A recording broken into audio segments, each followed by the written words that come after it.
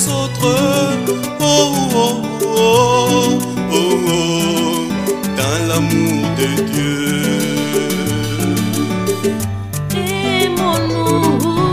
Aimons-nous les uns les autres, comme Dieu nous a aimés.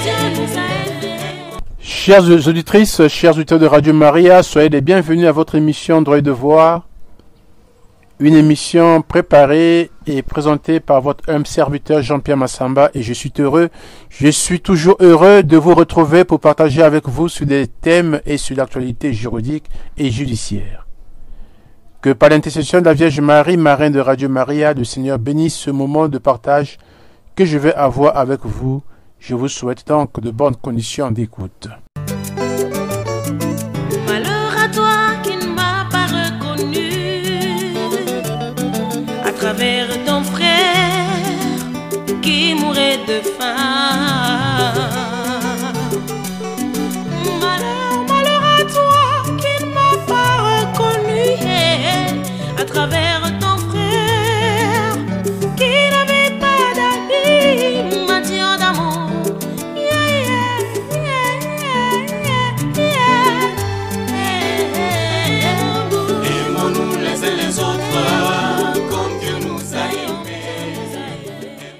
Chères auditrices et chers auditeurs, durant ce temps de carême, nous avons choisi de réfléchir avec vous sur le procès de Jésus. Ce procès dans lequel Jésus a été jugé, condamné et crucifié. En revisitant ce procès d'il y a plus de 2000 ans, mais qui est encore d'actualité, nous souhaitons en tirer des enseignements pour la pratique de nos systèmes judiciaires et de nos sociétés aujourd'hui, en tirer des leçons pour nos familles, pour nos milieux de vie aujourd'hui. Au cours des 3 précédentes émissions, nous avons partagé sur l'arrestation dans le jardin de Gethsémani, suivi du procès de Jésus devant les autorités juives. Nous avons relevé des irrégularités et nombreuses violations de la loi juive par les autorités juives elles-mêmes. Jésus a été arrêté en pleine nuit, ce qui était contraire à la loi juive. Il a été arrêté sans que l'on ait au préalable déterminé le motif légal, autrement dit l'infraction qui lui était reprochée. Il a été humilié, frappé, avant même qu'il ne soit jugé et condamné. Il a été entendu par l'ancien prêtre nommé Anne, alors que celui-ci n'avait plus qualité d'entendre un prisonnier. Et toutes ces violations de la loi, du principe, des violations du principe sacré de la présomption d'innocence, ces violations de la dignité humaine étaient lâchement guidées par la volonté des autorités politiques et religieuses juives de supprimer la vie de cet homme exceptionnel, Jésus, qui menaçait leurs intérêts, leurs privilèges par rapport au peuple juif, ceci étant favorisé par l'occupant romain. Effectivement, devant le tribunal juif présidé par le grand prêtre Caïphe, ces autorités juives ont organisé une parodie de procès en faisant condamner à mort Jésus sous le motif fallacieux de blasphème, c'est-à-dire d'avoir outragé Dieu. Or, comme vous le savez, en vérité, Jésus est fils de Dieu et avec le Père, ils ne font qu'un. Ils ne font qu'un, alors il ne peut donc blasphémer Dieu car il est Dieu. Dans leur aveuglement et égoïsme, les chefs juifs ne veulent pas accepter cette vérité et veulent plutôt se débarrasser de ce Jésus. Voilà, on invente un motif, on invente une infraction pour faire exclure ou se débarrasser d'un adversaire pour obtenir la condamnation d'un innocent, l'innocent Jésus. Après avoir fait condamner Jésus, les chefs juifs l'ont conduit devant les autorités romaines, devant le tribunal romain présidé par le préfet ou le ponce appelé Pilate. Pilate a aussi condamné à mort Jésus, comme le voulaient les Juifs.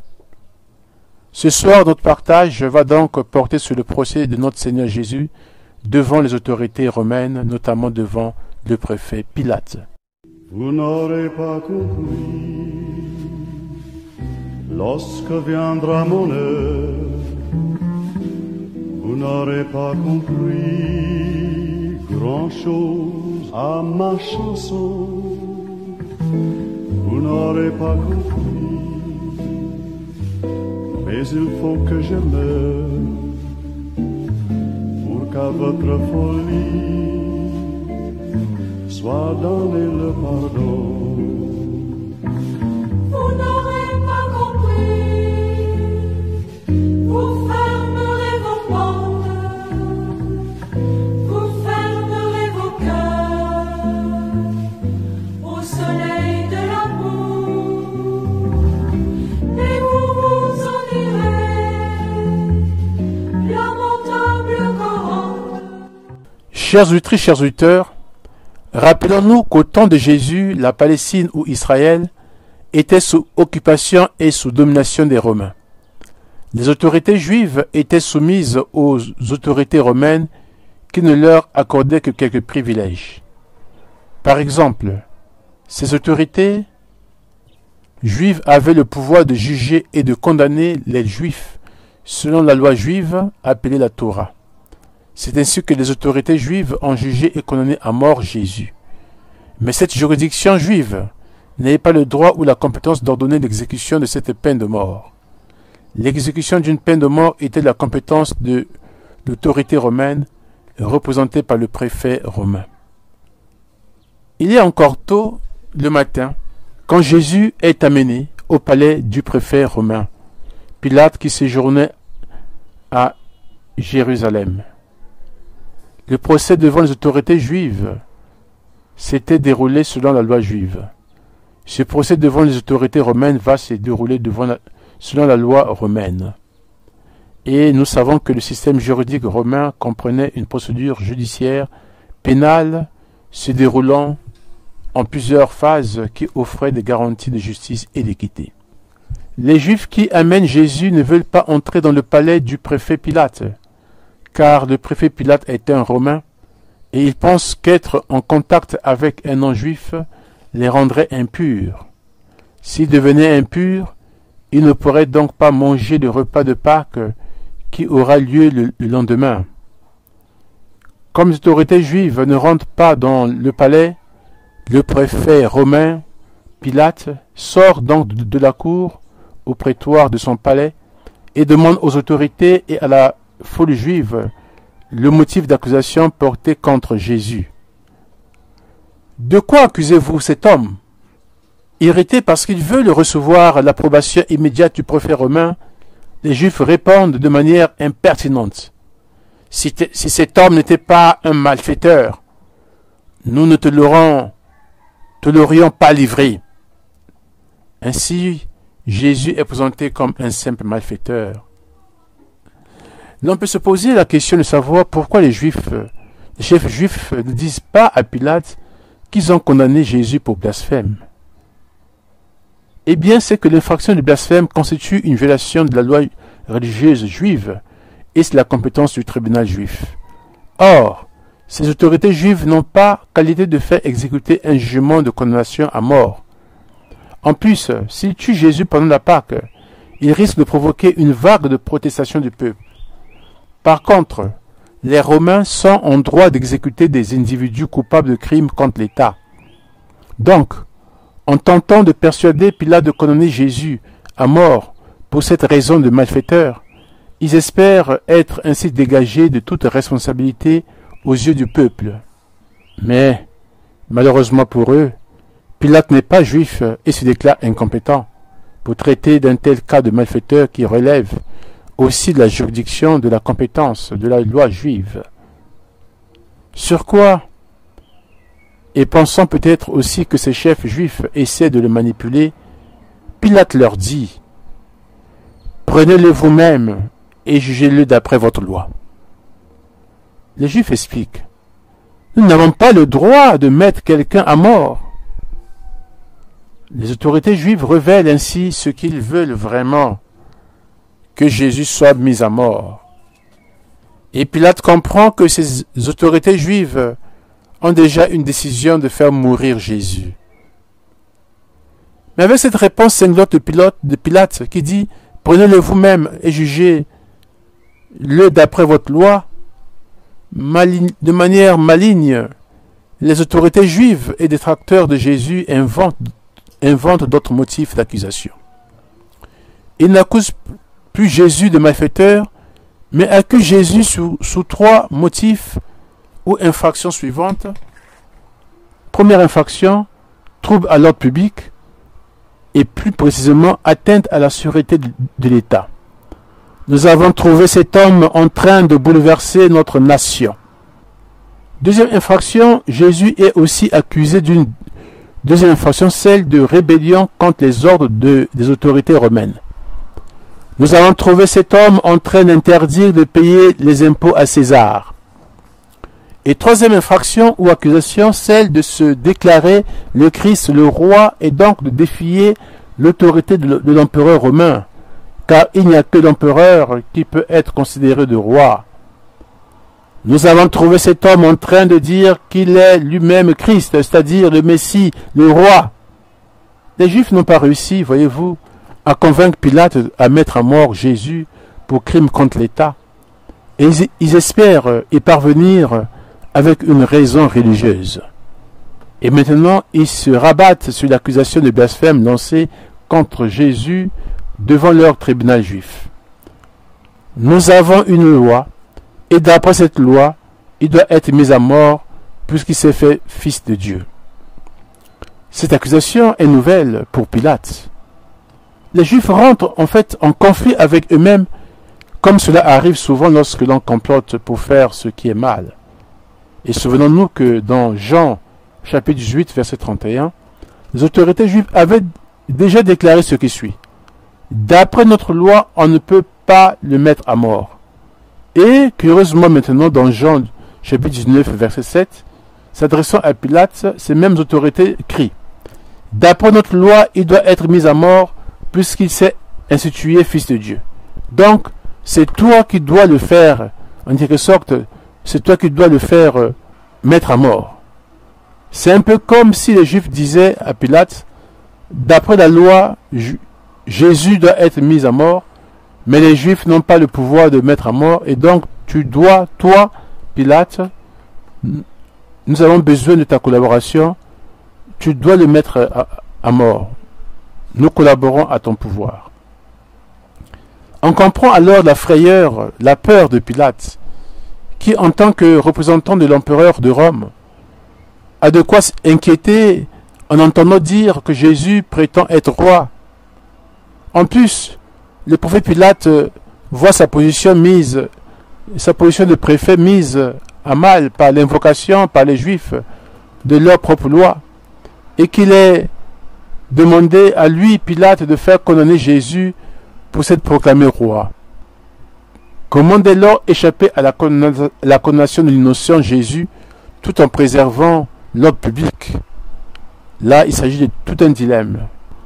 En ce moment, c'est vrai que Pilate pouvait alors se contenter de juger Jésus sur la base de ces accusations faites par les plus hauts responsables juifs.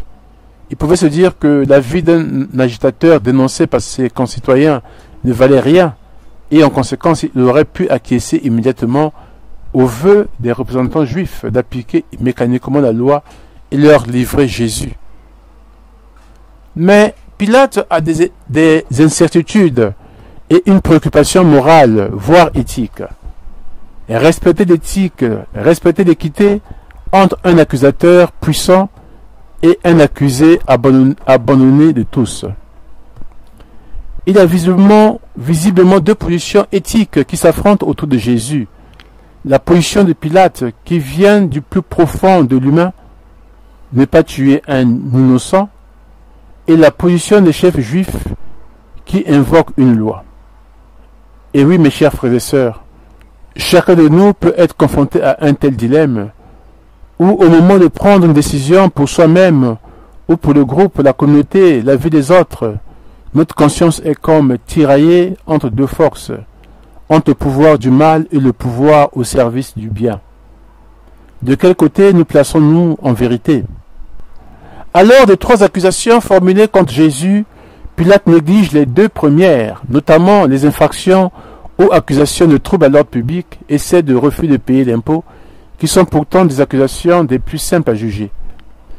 Pilate fait le choix d'interroger Jésus sur l'accusation mi-religieuse, mi-politique de Christ roi. Pilate a bien compris, comme nous l'avons déjà dit, que c'est pour cette seule prétention de Jésus qui se proclame roi que les chefs juifs veulent sa mort. L'interrogatoire concerne donc l'accusation la plus mystérieuse. Il s'agit de comprendre pourquoi cet homme isolé et désarmé peut se dire roi des Juifs. Voilà. Pilate n'abandonne pas encore la lutte. Il retourne donc à l'intérieur de son palais et essaie de trouver encore un moyen de relâcher cet homme, Jésus, qui a enduré courageusement les tortures et à propos duquel sa propre femme a fait un rêve. Il fait appeler Jésus et lui pose une seule question. Es-tu le roi des Juifs?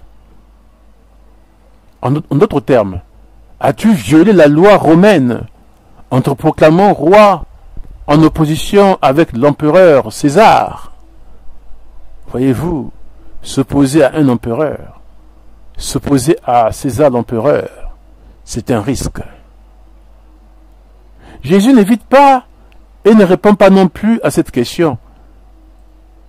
Jésus n'essaie pas d'esquiver le sujet principal, c'est-à-dire sa royauté, s'il est roi ou s'il n'est pas roi. Mais peut-être pour découvrir dans quelle mesure Pilate a entendu parler de lui, Jésus transforme la question en constat affirmatif renvoyé à Pilate. Jésus dit, « Cela vient-il de toi, ou est-ce qu'on t'a dit à mon sujet? Cela vient-il de toi, ou est-ce ce qu'on t'a dit à mon sujet ?» Dans cette sorte de dialogue capital entre Jésus et le prophète Pilate, Pilate s'affirme indépendant du débat car il n'est pas juif. Il veut donner la parole à Jésus et entendre sa réponse aux accusations qui sont portées contre lui. Le prophète Pilate montre par là le souci qui est le sien de laisser Jésus s'exprimer face à ceux qui l'accusent. Pour montrer qu'il ne sait rien, mais qu'il veut connaître les faits, Pilate répond, « Est-ce que je suis un juif, moi? Ta propre nation et les chefs des prêtres t'ont livré à moi. Qu'as-tu fait? » Nous avons auparavant vu que Jésus n'essaie pas de cacher à Pilate qu'il est roi. Il est roi, mais sa royauté n'est pas de ce monde. « Mon royaume ne fait pas partie de ce monde, explique-t-il. Si mon royaume faisait partie de ce monde, mes serviteurs auraient combattu pour que je ne sois pas livré aux Juifs. Mais voilà, mon royaume n'est pas d'ici. » C'est dans Jean chapitre 8, verset 36. Et Jésus a bien un royaume, mais ce n'est pas de ce monde. Cela dit, son royaume ne représente pas une menace pour Rome. Pilate n'en reste pas là. Il insiste et demande, « Alors tu es roi ?» En réponse, Jésus maintient, témoigne et lui indique que lui, préfet Pilate, est arrivé à la bonne conclusion. Jésus dit, « C'est toi qui dis que je suis roi. C'est pour ceci que je suis né, et c'est pour ceci que je suis venu dans le monde, pour rendre témoignage à la vérité. Tous ceux qui sont du côté de la vérité écoutent ma voix. » Et souvenons-nous que quelque temps auparavant, Jésus avait dit à Thomas, « Je suis le chemin, la vérité et la vie. » À présent, même Pilate apprend que Jésus a été envoyé sur terre pour rendre témoignage à la vérité, en particulier la vérité concernant son royaume. Jésus est déterminé à rester fidèle à cette vérité, même si cela doit lui coûter la vie. Et dans sa réplique, Pilate s'exclame, « Qu'est-ce que la vérité ?» Mais Pilate n'attend pas d'explication. Il estime en avoir assez entendu pour pouvoir juger cet homme. Et Jésus ne répondra à aucune autre question que celle portant sur sa royauté. Il reste mutique, silencieux sur les accusations portées contre lui devant Pilate par les grands prêtres et des anciens juifs. Pour autant, Pilate ne s'en irrite pas en cela. Cette attitude de Jésus et sa manière de répondre va surprendre sans doute le prophète Pilate. Cette réaction du prophète Pilate ne va pas, de ne pas se fâcher, n'est pas de la mascarade. C'est une réaction d'étonnement, un étonnement qui renforce sa conviction sur l'innocence de Jésus et qui entraîne l'indécision de Pilate. Cette indécision du préfet Pilate le conduit à sortir du palais pour la deuxième fois. Et dans cette deuxième partie, nous allons voir comment Pilate, mais aussi Hérode, comment les deux déclarent Jésus innocent.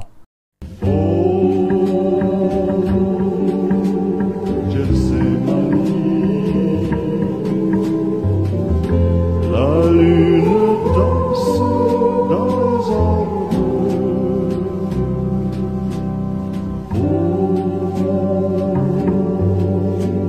Gethsémani, le vieux pressoir est plein de fruits. Vous n'aurez pas compris. Chers auditrices, chers auditeurs de Radio Maria, en poursuivant notre réflexion sur le procès de Jésus devant le préfet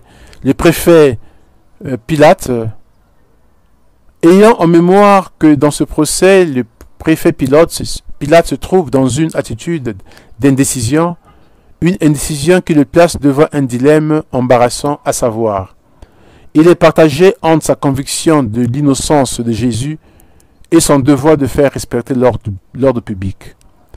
L'analyse du comportement de Pilate pourra permettre de constater que sa conscience est vacillée dans des contradictions entre ce qu'il pense, c'est-à-dire l'innocence de Jésus, et ce qu'il décide, à savoir la condamnation à mort de l'innocent Jésus. C'est alors que pour trouver un compromis à ce dilemme, Pilate sort, comme nous l'avons déjà dit, il sort une deuxième fois du palais. Jésus est manifestement à côté de lui. Pilate informe de son sentiment au chef des prêtres et à la foule qui les accompagne. Il dit ceci: « Je ne trouve rien de criminel en cet homme. » Autrement exprimé en ces termes, je ne trouve en lui aucun motif de condamnation. Alors voyez-vous, ces deux versets, l'un de Luc, qui dit « Je ne trouve rien de criminel en cet homme » et l'autre de Jean, « Je ne trouve en lui aucun motif de condamnation », ces deux versets montrent que Pilate est bien entré dans un dilemme moral. Certes, il ne tranche pas sur l'innocence de Jésus qu'il perçoit sur le plan moral, mais il entre dans un débat dont il sera le protagoniste central jusqu'à la condamnation de Jésus. Furieuse, la foule insiste. Il incite le peuple à la révolte en enseignant dans toute la Judée. Il a commencé en Galilée et il est venu jusqu'ici. Le fanatisme des Juifs doit surprendre Pilate. Tandis que les autorités juives continuent à crier. Pilate demande à Jésus: « N'entends-tu pas tout ce qu'ils disent contre toi ?» Jésus ne répond rien. Et son calme face à ces accusations virulentes étonne davantage Pilate. Après ces interrogatoires de Jésus par le prophète Pilate, nous allons voir l'épisode de Jésus devant Hérode Antipas, le gouverneur de Judée.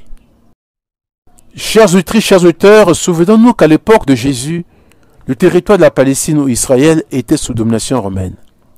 Il était constitué de 3 provinces. La province de Judée ayant pour capitale Jérusalem, le centre religieux et politique du judaïsme en raison de la présence du temple, et placée sous l'autorité du préfet Pilate. Il y avait aussi la province de Samarie ayant pour capitale la Samarie, et la province de Galilée où se trouve la ville de Nazareth, ville des parents de Jésus et Jean-Baptiste, et placée sous l'autorité du gouverneur Hérode. Jean-Baptiste et Jésus sont donc originaires de la Galilée et relèvent de la juridiction de la Galilée placée sous l'autorité du gouverneur Hérode. En accusant Jésus, les autorités juives ont dit au préfet Pilate que Jésus a commencé en Galilée. Pilate en déduit donc que Jésus est galiléen. Il pense alors à un moyen de se débarrasser, de se dégager de toute responsabilité dans cette affaire. Le gouverneur de Galilée, Hérode, se trouve à Jérusalem pour la Pâque. Pilate ne libère pas Jésus bien qu'il le considère innocent, mais l'envoie chez Hérode. Souvenons-nous aussi que c'est Hérode Antipas qui a fait décapiter Jean-Baptiste. Et plus tard, en apprenant que Jésus accomplissait des miracles, Hérode a eu peur qu'il s'agisse en fait de Jean-Baptiste qui est ressuscité. Souvenons-nous encore que déjà, Hérode avait essayé de faire la ruse pour éloigner Jésus de son territoire. Jésus le qualifiait d'ailleurs de renard. Hérode se réjouit donc à l'idée de voir Jésus. Ce n'est pas qu'il veut le voir parce qu'il veut l'aider ou qu'il cherche à savoir si les accusations portées contre lui sont fondées ou pas. Mais Hérode veut voir donc Jésus simplement par curiosité, parce qu'il espère le voir accomplir un miracle. Mais Jésus ne satisfait pas la curiosité d'Hérode.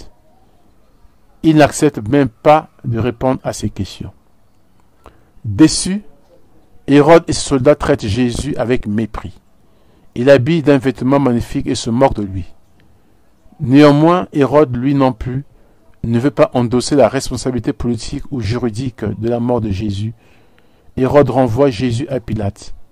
Jusque-là, Hérode et Pilate ne s'entendaient pas, mais autour du procès de Jésus, ils deviennent à présent des amis. Vous qui partagez ma vie, vous qui êtes mes enfants, en vérité, je vous le dis, je n'ai plus beaucoup de temps. Prenez ceci est mon corps, buvez ceci est mon sang. Il faut que vous soyez forts, que vous me gardiez vivant. Le miracle, c'est la vie qui nous soigne, nous guérit des blessures qui sont les nôtres. C'est le pouvoir d'être aimé, rien ne peut lui résister. Aimez-vous les uns les autres, les uns les autres, les uns les autres.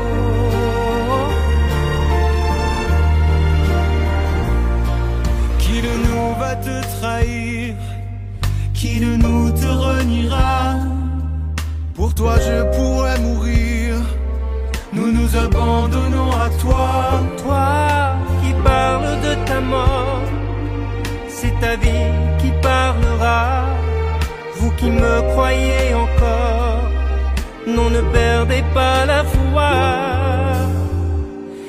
Quand on lui ramène Jésus, Pilate convoque les chefs des prêtres. Il convoque les chefs des prêtres, les chefs du peuple et le peuple. Pilate sort une troisième fois de son palais. Il maintient sa position en refusant la condamnation à mort d'un innocent, mais simultanément, il fait un pas vers un second compromis face au dilemme auquel il est fortement confronté. En s'appuyant sur sa propre instruction et sur l'avis d'Hérode, Pilate se déclare solennellement sur l'innocence de Jésus. Il dit: « Vous m'avez amené cet homme en l'accusant d'égarer le peuple. Or, je l'ai interrogé moi-même devant vous, et je ne l'ai trouvé coupable d'aucun des crimes dont vous accusez. Hérode non plus, d'ailleurs, puisqu'il nous l'a renvoyé. Cet homme n'a rien fait qui mérite la mort. Je vais donc lui faire donner le fouet et le relâcher. » Luc, chapitre 23, versets 13 à 16.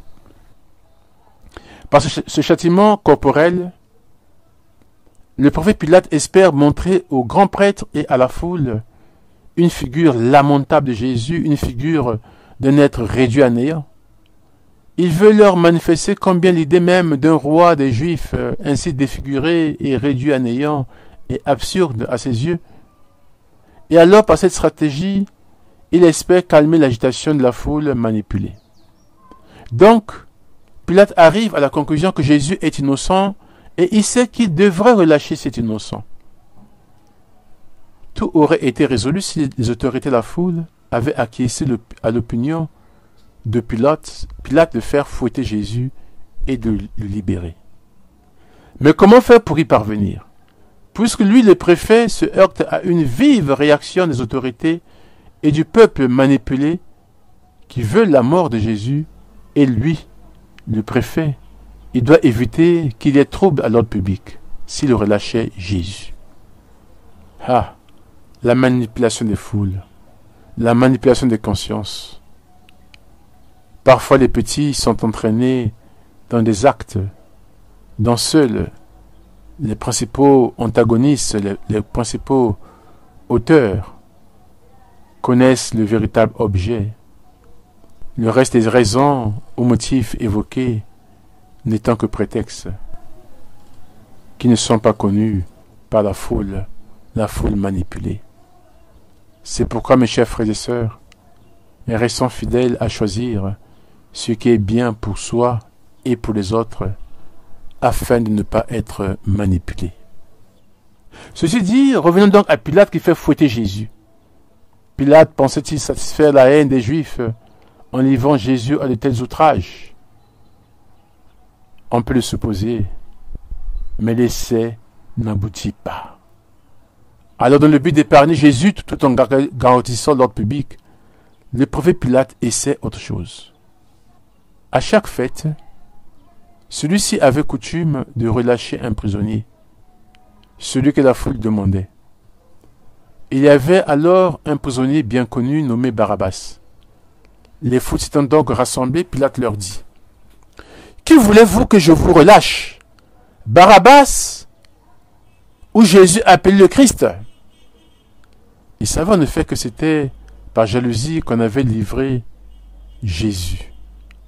En plus, comme nous l'avons déjà dit, tandis qu'il siégeait au tribunal, sa femme lui fit dire: « Ne te mêle pas de l'affaire de ce juste, car aujourd'hui, j'ai beaucoup souffert en songe à cause de lui. » Donc les grands prêtres et les anciens poussèrent les foules à réclamer Barabbas et à faire périr Jésus.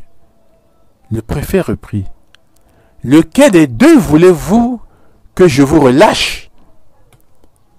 Ils répondirent: « Barabbas !» Pilate leur dit: « Que ferai-je donc de Jésus appelé le Christ ?» Ils répondirent tous: « Qu'il soit crucifié !» Pilate demanda: « Quel mal a-t-il donc fait ?» Il cria encore plus fort: « Qu'il soit crucifié! Qu'il soit crucifié !» Pilate, voyant que ses efforts ne servaient à rien, sinon à augmenter le tumulte, prit de l'eau et se lava les mains devant la foule en disant: « Je suis innocent du sang de cet homme. Cela vous regarde. » Tout le peuple répondit: « Son sang, qu'il soit sur nous et sur nos enfants. » Alors Pilate relâcha Barabbas. Mes chers frères et sœurs, avant de poursuivre, nous voulons relever quelques enseignements sur cet épisode du lavement des mains par Pilate. Il s'agit d'un épisode qui a été habituellement considéré comme la manifestation de la lâcheté ou de l'hypocrisie de Pilate. Pilate incapable de tenir tête aux représentants des Juifs et à la foule manipulée. Et Pilate prêt à accepter de condamner en se dégageant de la responsabilité de cette condamnation. En fait, dans la tradition juive, et on le retrouve aussi chez les Grecs et les Romains, et même dans les traditions de chez nous, ce geste rituel de lavement des mains est un geste de purification protectrice. C'est signe d'innocence. Dans Psaume 26, chapitre 6 et Psaume 73. C'est un signe d'innocence et de purification des souillures, tout particulièrement de la souillure du sang. Deutéronome chapitre 21, versets 1er à 9. Alors le préfet Pilate est de la phase de la plus tendue du dilemme. Il se sépare, il se prépare à faire un acte grave à l'égard d'un autre être humain par une décision qui fait de lui l'agent direct de la mort de l'innocent. Il s'apprête à transgresser sa conviction morale sur l'innocence de l'accusé Jésus, et ce choix à faire contre la vérité et sa conviction morale déclenche chez lui une forte émotion de dégoût et une attitude inconfortable qui le conduisent à un lavement de mains. Pilate se lave les mains en public et il donne lui-même la signification de son geste. Lui, Pilate, se fait innocent et par ce geste, il se délivre et se protège donc de la souillure que constituera le sang de Jésus. Ces sensations de dégoût physique et moral du préfet ou juge Pilate ont retenti sur le jugement qui devait rendre public la condamnation à mort d'un innocent. Alors Pilate sortit encore et leur dit, voici, je vous la mets dehors, afin que vous sachiez que je ne trouve en lui aucun crime. Jésus donc sortit dehors, portant la couronne d'épines et le vêtement de pourpre. Et Pilate leur dit, voici l'homme. La vue de Jésus, qui avait subi le supplice du fouet, son front saignant sous la couronne d'épines, ne toucha pas plus le cœur des Juifs que la déclaration de Pilate, lorsque pour la troisième fois, il leur dit qu'il ne trouvait aucun crime en lui. Pilate leur présenta en disant, voici l'homme. Quand donc les principaux sacrificateurs et les huissiers le virent, ils s'écrièrent, disant, crucifiez-le, crucifiez-le. Pilate leur dit, prenez-le, vous, et crucifiez-le vous-même, car moi je ne trouve pas de crime en lui. Les Juifs lui répondirent, nous avons une loi, et selon notre loi, il doit mourir, car il s'est fait fils de Dieu. Et en ce moment, Pilate recule un moment devant la responsabilité de la condamnation de Jésus. Il leur offre de le faire eux-mêmes, puisqu'ils ne trouvent pas de crime en lui. Et cette offre n'est pas acceptée. Les Juifs font valoir un nouvel argument en faveur de la mort de Jésus, savoir qu'il s'est fait fils de Dieu. Et quand donc Pilate entendit cette parole, il craignait davantage, et entra de nouveau dans le prétoire et dit à Jésus, « D'où es-tu » Jésus ne lui donna pas de réponse. Et l'embarras de Pilate ne fait qu'augmenter en entendant cette nouvelle accusation, car pour lui, il ne s'agit plus seulement de prétention à la royauté, mais à la divinité. Pilate éprouve l'effroi. Devant le silence de Jésus, Pilate se sent atteint dans sa dignité de magistrat et piqué par son orgueil. L'orgueil, ce qui est à distinguer avec la fierté. Pilate, piqué dans son orgueil de magistrat, de préfet, croit faire valoir son autorité de magistrat, de préfet qui lui a été confiée par Rome, faire valoir cette autorité sur l'accusé Jésus. Il veut lui faire sentir son autorité, il veut lui faire sentir sa supériorité. Et Pilate s'indigne. Tu refuses de me pardonner? Ne sais-tu pas que j'ai le pouvoir de te relâcher et que j'ai le pouvoir de t'exécuter? Jésus lui répond simplement, tu n'aurais aucun pouvoir contre moi s'il ne t'était donné d'en haut. C'est pourquoi celui qui m'a livré à toi a plus de péché. Impressionné par l'attitude et le calme des paroles de Jésus, et craignant de plus en plus qu'il soit d'origine divine, Pilate essaie encore de trouver des arguments qui permettraient de relâcher Jésus tout en retrouvant la paix publique.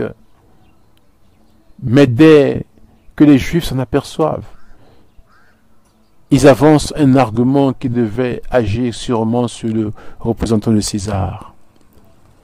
Si tu relâches celui-ci, tu n'es pas ami de César. Quiconque se fait roi s'oppose à César. César, c'est le nom de l'empereur romain à l'époque, et dont dépendait et était soumis le prophète romain Pilate. En entendant donc ces paroles, Pilate fait sortir Jésus et il monte sur son tribunal et dit aux Juifs, « Voici votre roi. » On entendait ces paroles. Pilate sort pour la 4e fois et amène une fois de plus Jésus dehors. Il s'assoit, comme nous l'avons dit, au tribunal. Il dit sa sentence. Il dit sa décision à la foule. « Voici votre roi. » Mais les Juifs crient de plus belle. « À mort, au poteau, crucifie-le » On voit donc la haine des Juifs augmenter ses efforts d'heure en heure. Chaque fois que Pilate essaie de délivrer Jésus, il s'élève. Cette haine s'élève plus violemment contre lui. Mais il faut s'en dire que le choix du préfet Pilate est en opposition avec sa position morale. Il doit renoncer à cette position morale qui reconnaît l'innocence d'un homme pour renoncer à un compromis entre la libération de l'innocent et le maintien de l'ordre public, pour finalement faire et laisser crucifier cette personne humaine innocente. Seul moyen d'aller au bout de sa mission incontournable de préfet, la mission de maintien de l'ordre public conformément à la loi. En tout cas, sa décision finale la plus inconfortable est consommée. Pilate demande en espoir de cause, « Faut-il que j'exécute votre roi ?» Il demande s'il doit crucifier le roi des Juifs, votre roi. La réponse des Juifs était attendue. Les grands prêtres répondirent, « Nous n'avons pas d'autre roi que César. » Autrement dit, nous clamons notre allégeance à un roi, César. Nous acceptons d'être soumis à l'occupant romain. Pilate leur tardait d'en finir vite avec Jésus, car c'est la préparation du sabbat et de la Pâque juive. Dans leur aveuglement, ils désiraient le célébrer cette fête, la célébrer à leur aise. L'hésitation de Pilate à crucifier Jésus provoque de la colère et il crie, « Nous n'avons pas d'autre roi que César. » Autrement dit, nous clamons notre allégeance. Nous voyons que les Juifs sont davantage en conflit avec eux-mêmes. C'est paradoxal qu'ils soient sous domination de la puissance étrangère romaine, une domination romaine qui les irrite depuis longtemps. Et là, les chefs des Juifs n'appellent non pas à leur propre loi juive, considérée comme la loi de Dieu. Ils en appellent à la loi de l'occupant romain, celle que le préfet Pilate a la mission de faire respecter. Quel compromis! Et oui, mes frères et sœurs, le piège du mal se referme. L'instruction du procès de Jésus est terminée. Pilate cède lâchement devant les exigences répétées des Juifs. Il leur livre Jésus pour qu'il soit exécuté. Mes chers frères et sœurs, chères auditrices, chers auditeurs, l'instruction du procès de Jésus est terminée. Jésus est livré à ses bourreaux. Notre série de réflexions sur le procès de Jésus en ce temps de carême se termine aussi. Et pour l'essentiel, retenons toujours ce qui suit. Ne nous lassons pas de faire le bien, car le moment venu, nous récolterons si nous ne perdons pas courage. Ainsi donc, lorsque nous en avons l'occasion, travaillons au bien de tous. Galates, chapitre 6, versets 9 et 10a. Bon temps de carême et bonne marche vers la Pâque. Merci de votre fidélité à l'émission Droit et Devoir et à bientôt. Aimons-nous les uns les autres comme Dieu nous a aimés. Aimons-nous les uns les autres comme Dieu nous a aimés. Aimons-nous les uns les autres. Oh, oh, oh, oh.